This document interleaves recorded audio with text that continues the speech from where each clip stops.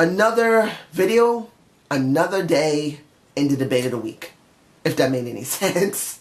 Look, ladies and gentlemen, this is about Jinder. I keep saying ginger when I want to mean gender. Sorry. Look, Jinder is champion. Can he be a good champion? I've heard the Sleg Daddy. I haven't even seen all of the Sleg Daddy video, but he's trying to justify why it's stupid for him to be champion. Then I've heard the Lex Man and how he feels about him being champion. Then I heard several other people who have been talking about it. I think the Wrestle Jesus is alright with it.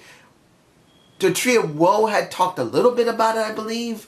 I saw a little bit of it. I didn't really see all the videos in their entirety because I didn't want to get too askew with my own opinion. It is so easy to take in someone else's opinion and get a little bit influenced by it. So I've tried my best not to watch as much as I wanted before making this video. But I've seen enough dislikes and frustration from people thinking, why the hell Jinder Mahal is champion? It's stupid. It's going to bring the WWE down.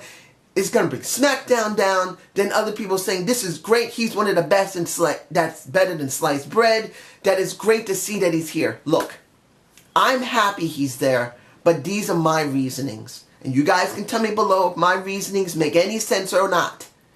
But let's be honest here. What do we get with Jinder Mahal? I keep saying Ginger. With Jinder Mahal. A guy that has not gotten a very strong storylines. He basically was a sidekick to Rusev. He has not been given a very strong storyline at all. And it's not the point if he tries to pitch something better. If the writers are not willing to give him the opportunity to get something better, he's going to be stuck with what he's got. Not saying that he's alright and satisfied with it, but let's be honest. The ones who make it the way it is the writers. And the ones who allow the writers to write for someone is going to be Triple H, it's going to be Stephanie McMahon, it's going to be Vince himself, it's going to be Kevin Dunn, and anybody else who is in that top tier responsibility of the WWE, no matter if you're on SmackDown or Raw. If Jinder is a piece of garbage in the wrestling ring and talks and everything that makes a person a great wrestler, fine. But if he's really good or somewhere in between, he's never been given the opportunity. And look how it is, ladies and gentlemen. Jinder Mahal has 2 runs in the WWE. He started maybe around 2009, 2010. Like the end of 2009, he came in. He was well started in 2010. And he started working with the great Khali. That went nowhere. Then he went to 3MB and he was with them for a couple of years before it was disbanded. And Drew McIntyre, who we know is a great talent. Look at Impact Wrestling. He actually did very well for himself when they wrote properly for him. They didn't do anything with him. So I'm not saying Jinder Mahal is a great, incredible talent, better than Austin. But I am saying this, ladies and gentlemen, and this is the main reason why I'm glad he is a champion. The WWE caused this mess. And this is something that many people understand. Since 2005, roughly 12 years, ladies and gentlemen, 2005, you lost Austin, The Rock, Triple H started becoming more semi-active. He didn't do a lot of wrestling all the time. Then Vince himself wasn't involved in wrestling a lot. He was in the behind the scenes most of the time. Then you have Brock Lesnar who left. Then you had Chris Benoit in the incident in 2007. Then you had Eddie Guerrero die. Then you had Edge who could no longer perform. Then you had Christian no longer perform. Then you have Batista who left. A huge amount of people from 2005 up until maybe about 2010 no longer wrestled.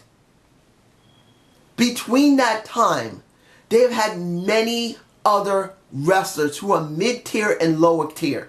And did they do anything with them? No. You've had some wrestlers that have been around almost 10 years or more. Look at R-Truth. Look at John Morrison. Look at the Hardys. Look at what happened with several other people that have been wrestling for years. Look at what happened in the Nexus. Look at Bray Wyatt. Look at Wade Barrett. Look at Ryback. Look at Sin Cara, the first Sin Cara. Not even talking about the second Sin Cara. They have either not written properly for them, or they did not push them at all to even at least see if anything could happen. Dolph Ziggler's another example. Look at him. I'm not saying Dolph is the best wrestler there is in character development, in wrestling performance, in mic skills, in his ring work, in his charisma, but he has been around long enough that they should have already tried to push him into the main title scene and leave him there long enough to see if the people will go for him. And what have they done? They dropped him every single time that he's been either get a championship or he comes close to it. They caused this mess for us. It's not the fact that it's Jinder's fault, or Drew McIntyre's fault, or Ryback's fault, or Sin Cara, the first Sin Cara, the Hunico, well, not the first Sin Cara, Hunico. Well, you could say Hunico was first, then you could say, not Kalisto, Mystico was second when he finally got there, and his own issues. I'm just saying that the WWE, in the incredible genius, decided not to start pushing mid-tier and lower tier talent to see if they can fill the void of everybody who left, either due to injury, either they wanted to go semi-active, or because they went to do movies and television, or MMA. When it came down to it, the WWE caused this mess.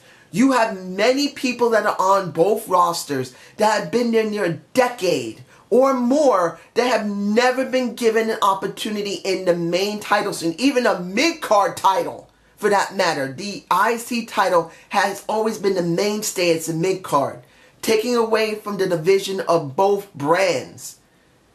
Barely anyone has ever gotten it. Only a few people on the roster has gotten it. Has Titus O'Neil gotten it? Has Darren Young ever got it? No. R-Truth had a couple of chances at it and he won. What about Kofi Kingston? He could have gotten the World Heavyweight title. He didn't get it because of what was going on with Randy Orton, what was going on with John Cena, what was going on with Edge, what was going on with Batista before he left. The most important people controlled everything and bottlenecked everything below them. So now we go back to Jinder, who I've already said I'm glad to see him there, not for the fact that he's the most incredible talent, better than Austin. I know he has flaws. He has a lot of them. He has many flaws. When you see Jinder Mahal, he's never been pushed in such a position before. And I'm sure that he's going to stumble a lot before he gets his footing properly. And that's if the WWE doesn't pull the rug out from under him too quickly. He needs at least 6 months in the main title scene, either without a title or with a title, to really get over as a heel or face. But as it stands, because he was so rushed, like, guess who? Roman Reigns has been rushed heavily due to the fact that they wanted to put someone in the main title scene when Randy Orton and John Cena was not there. So they threw Seth Rollins into the mix. They threw Roman Reigns into the mix. They threw Dean Ambrose into the mix. 3 guys that I've already stated should have never been put there. They were not ready to be put in those positions. They needed, from the time they went onto the main roster from NXT, they needed at least 5 years of development.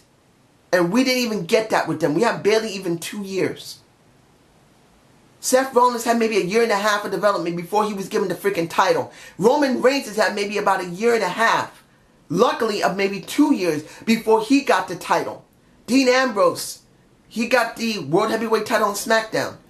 But his development is just as bad.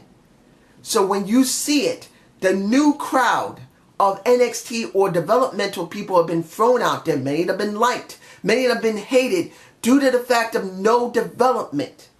So you look at Jinder Mahal, who had been around for nearly 10 years. Nearly 10. No matter if you count the run from 2009 up until 2014 and him coming back in 2016 to 17, it makes no difference. He had been around a long time. Like most of the older wrestlers who have never been given storylines, character development, or a real title shot. These guys deserve to be put into the main title to see if they can sink or swim. And when it comes down to Jinder Mahal, my hope is that he is the new mainstay of the WWE, that they realize all these years they've been doing this with John Cena, who is now a semi-active wrestler. Randy Orton, who I'm sure is going to become a semi-active wrestler eventually. Those are the two only ones left that come from the crop of 2002, who came in, who have become the top stars, and now they're reaching a point where they either want to go semi-active or quit because of injury, because they want to have better opportunities. And the WWE in 2017 and 16, well, the end of 2016 to 17 said, oh my gosh, what have we done? John Cena is already semi-active. Randy Orton's probably reaching the point of semi-activity. They're the only ones we have left at any star power.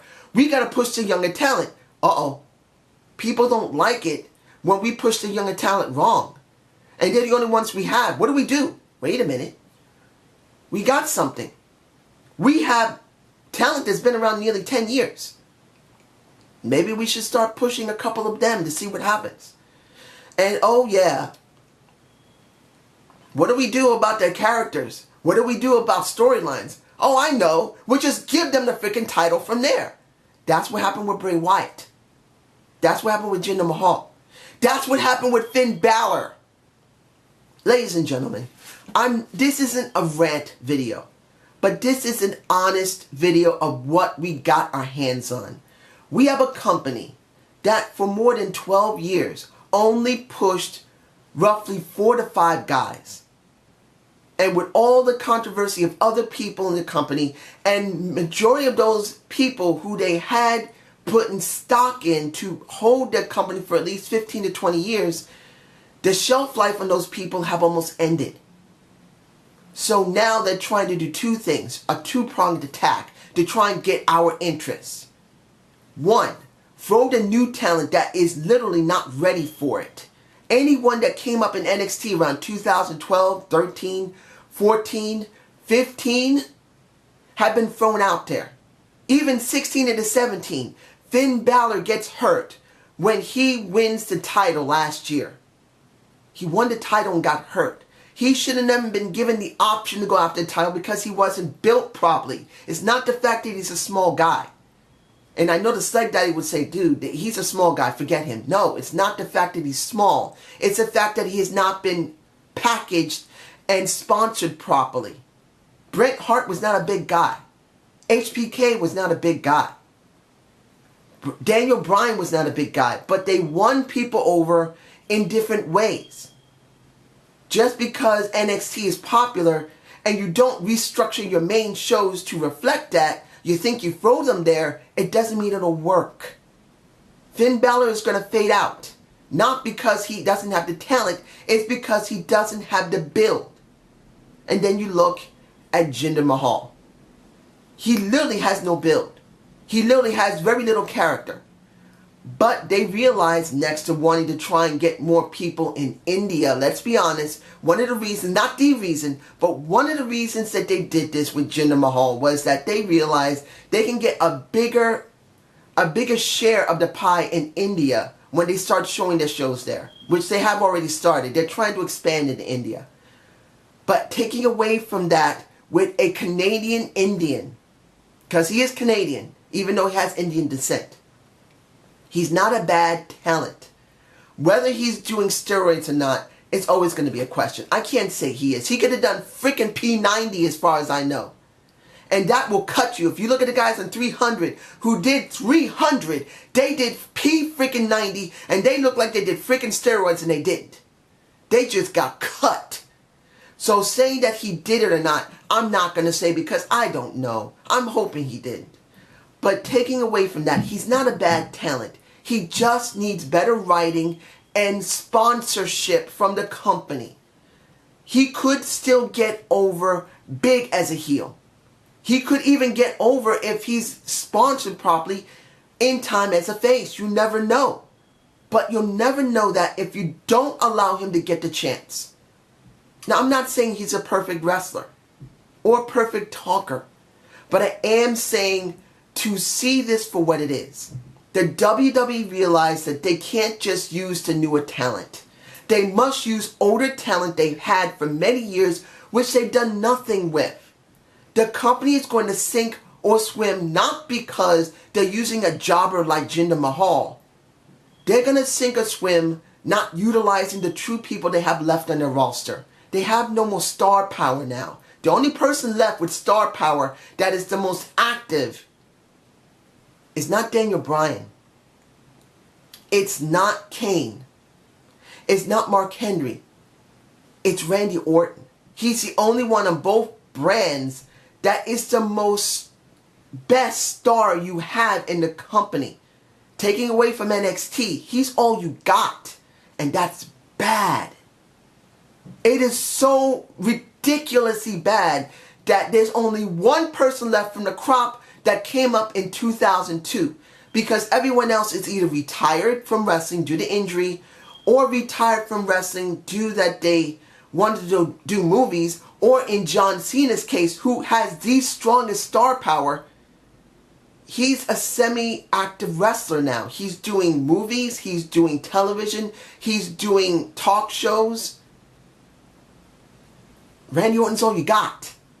So you got to choose between throwing the new people out when you know they're not ready, or trying to utilize the more older talent that's under a decade or near a decade old, and hope that if you can build them properly, you can go from there.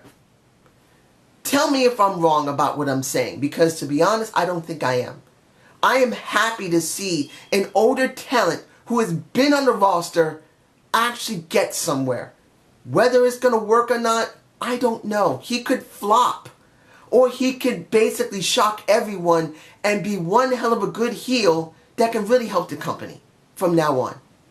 But this is just my point of view.